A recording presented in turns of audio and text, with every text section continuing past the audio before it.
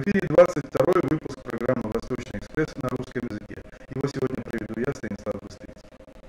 Первомай в Китае отмечается, в отличие от России, очень широко. Большинство граждан будет отдыхать целую неделю. В последние годы китайцы много путешествуют, и достать в эти дни, например, билет на поезд будет совсем непросто. Но Первомай – это еще и символ борьбы трудящихся за свои права. Социализм с китайской спецификой – это действующая система, и мы постараемся в наших программах о ней рассказывать. Сегодня первый такой репортаж.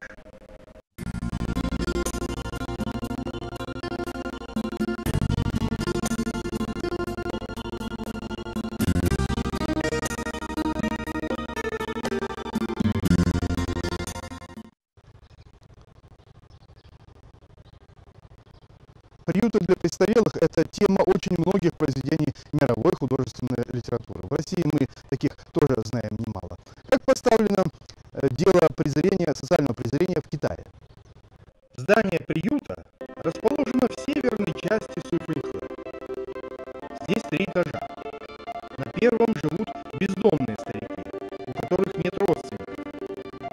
Сюда помещают и людей умственно отсталых. И тех, и других обеспечивает государство. Верхние этажи платные. Стоимость проживания здесь 400 юаней в месяц, плюс питание. Платят, естественно, члены семьи. Каждый из таких обитателей получает пенсию. Ее вполне хватает на здешние услуги. Это именно приют, интернат, а не больница.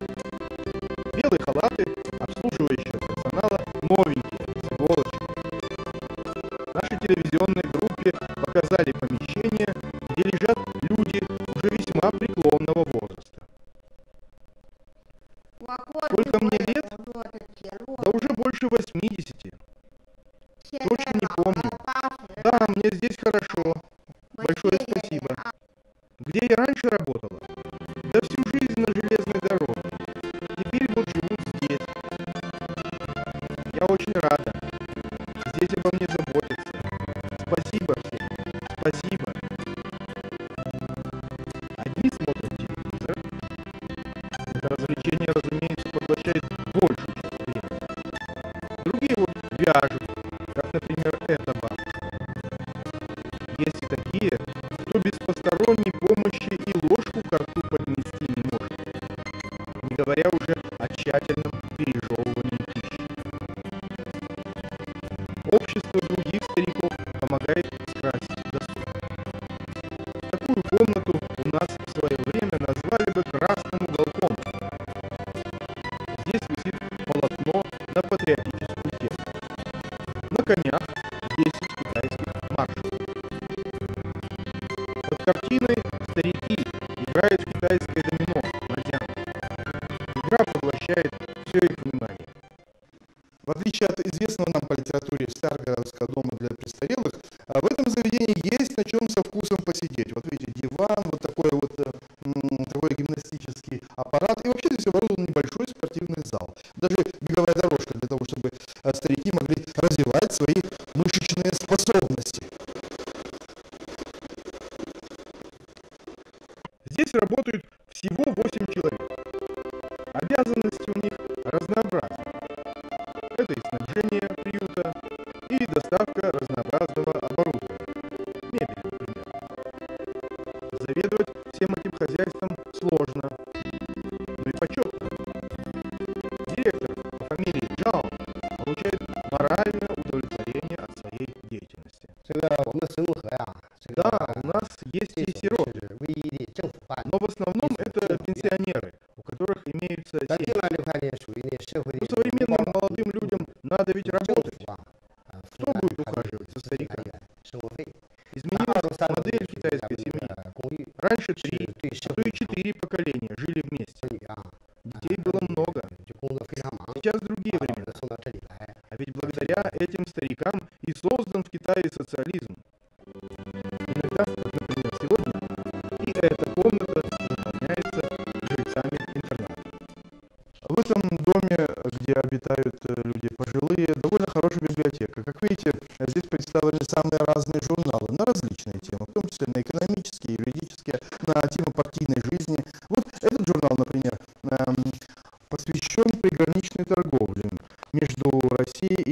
Guardian. Здесь есть весьма интересные, содержательные статьи, в которых рассказывается о том, как развивается в последнее время торговля между двумя странами, особенно вот в этом регионе. Я думаю, что обитателям этого заведения не безинтересно будет узнать о последних новостях в этой области.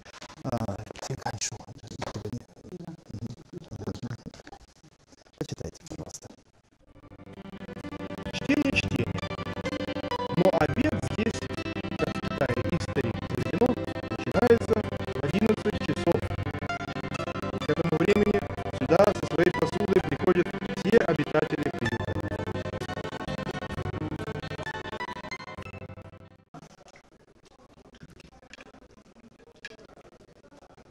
Обед в доме для престарелых. Вот и нас пригласили перекусить, чем Бог послал. В этот день Бог послал нам вот здесь рис и какую-то травку. Вот. А у присутствующих здесь тоже своя еда. Все зависит от того, у кого какие талоны, сколько люди потратили на эту еду. Попробуем. Рис, во всяком случае, есть можно совершенно спокойно. Неплохо сделан. Китайцы, как известно, изобрели порох, компас, бумагу, книгопечатание. Сейчас это общее достояние человечества. В те далекие годы патент на изобретение, как известно, не выдавался. А то бы сейчас эта страна могла потребовать от других компенсацию за использование интеллектуальной собственности. А есть еще чай, бумажные деньги, палочки для еды, гимнастика тайзи-сюань. Да мало ли, что еще впервые